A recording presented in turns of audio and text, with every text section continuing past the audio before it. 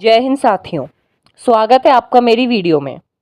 आज़ादी की लड़ाई के लिए अपना सर्वस्व न्यौछावर कर देने वाले सुभाष चंद्र बोस का नाम सुनकर हर भारतीय को गर्व महसूस होता है। उन देशभक्तों को देशभक्त यूं ही नहीं कहा जाता है। वह एक वीर योद्धा, सैनिक, महान सेनापति और कुशल राजनीतिज्ञ थे, जिन्होंने देश की आज़ादी के लिए अपने जीवन में कई संघर्ष किए। नेताजी भारत के सबसे महान क्रांतिकारियों में से एक थे, जिन्होंने गुलाम भारत को आज़ाद करने के लिए आज़ाद हिंद फौज के गठन से लेकर हर वो काम किए जिसकी वजह से वह केवल भारत ही नहीं बल्कि दुनिया भर के लिए प्रेरणा बन गए। आज की इस वीडियो में मैं आपको सुभाष चंद्र बोस के जीवन से जुड़ी रोचक जानकारी देने जा रहा हूं। तो चलिए शुरू करते हैं।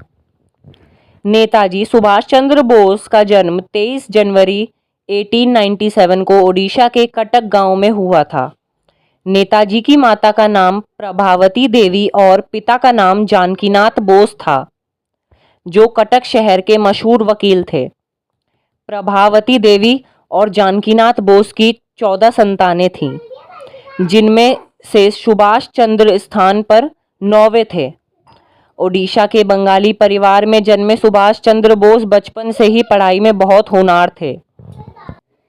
ऐसे में उनके पिता जानकीनाथ बोस उन्हें आईसीएस का अफसर बनाना चाहते थे। सबसे पहले उनकी शुरुआती शिक्षा कटक के प्रोटेस्टेंट यूरोपियन स्कूल में हुई थी। इसके बाद 1916 में उन्होंने कोलकाता के प्रसिद्ध प्रेसिडेंसी कॉलेज में दाखिला लिया। यहाँ से शिक्षा ग्रहण करने के बाद नेताजी को उनके पिता ने सिविल सर्विस की तैयारी करने के लिए इंग्लैंड भेज दिया। साथियों, मैं आपसे कुछ मिनटों का समय चाहूँगा। अगर आपको मेरी वीडियो पसंद आ रही है तो प्लीज़ मेरे चैनल को सब्सक्राइब करें, मेरी वीडियो को लाइक करें, अपने दोस्तों के साथ शेयर करें और घंटी के निशान को दबाना ना भूलें, ताकि आपको समय समय पर आगे भी ऐसे ही रोचक तथ्यों के बारे में जानकारी मिलती रहे। चलिए वापस आते हैं अपने टॉपिक पर। इस समय भारत में अंग्रेजों के शासन के चलते भारतीयों के लिए सर्विस में जाना बहुत मुश्किल हुआ करता था।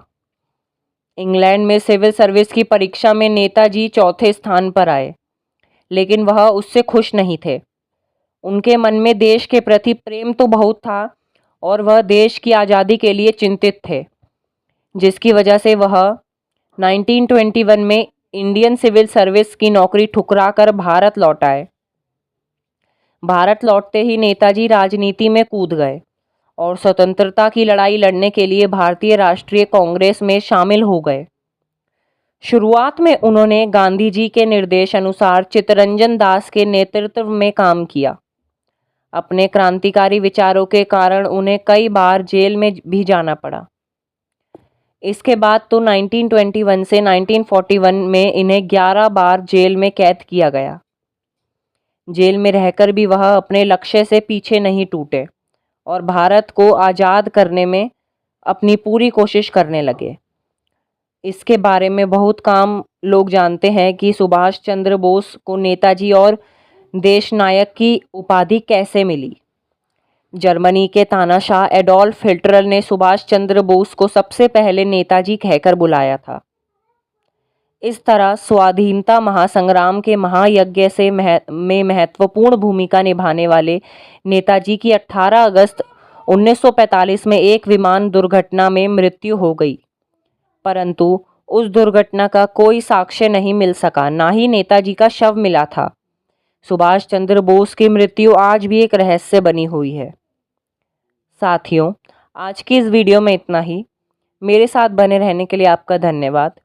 मेरी वीडियो को प्लीज़ लाइक करें, मेरे चैनल को सब्सक्राइब करें और साथ में बने घंटी के निशान को दबाना ना भूलें।